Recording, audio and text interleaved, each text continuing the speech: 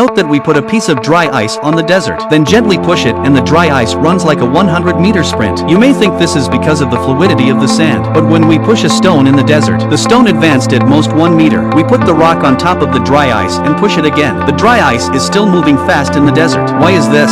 You know that dry ice is solid carbon dioxide, so at room temperature and intestinal pressure it can undergo biochemical reactions. We heat a plate of sand to 1000 degrees Celsius and then throw a piece of dry ice on the moment of contact between the two. The sand in contact with the dry ice actually boil up. This is because the surface of the dry ice in contact with the hot sand vaporizes and releases gas, so there is a cushion of air between the dry ice and the sand. Therefore, the sand did not boil. Rather, it is the movement of the sand driven by the gas. In addition, the sand is fluid. The friction between the two is negligible. So in the desert, if you give the dry ice a speed, it can glide on the desert. After knowing this, we got the idea of dry ice. Previously, the mercury was poured on the dry ice. In the instant of contact between the two, the original liquid mercury directly bulged a large bag. It looks like the mercury on the dry ice bounce. Even pour the dry ice into the hot water. Instantly, a lot of white smoke. Using this method we can add smoke effect to the stage. But here is a friendly reminder. If you do not have the expertise, do not experiment with dry ice.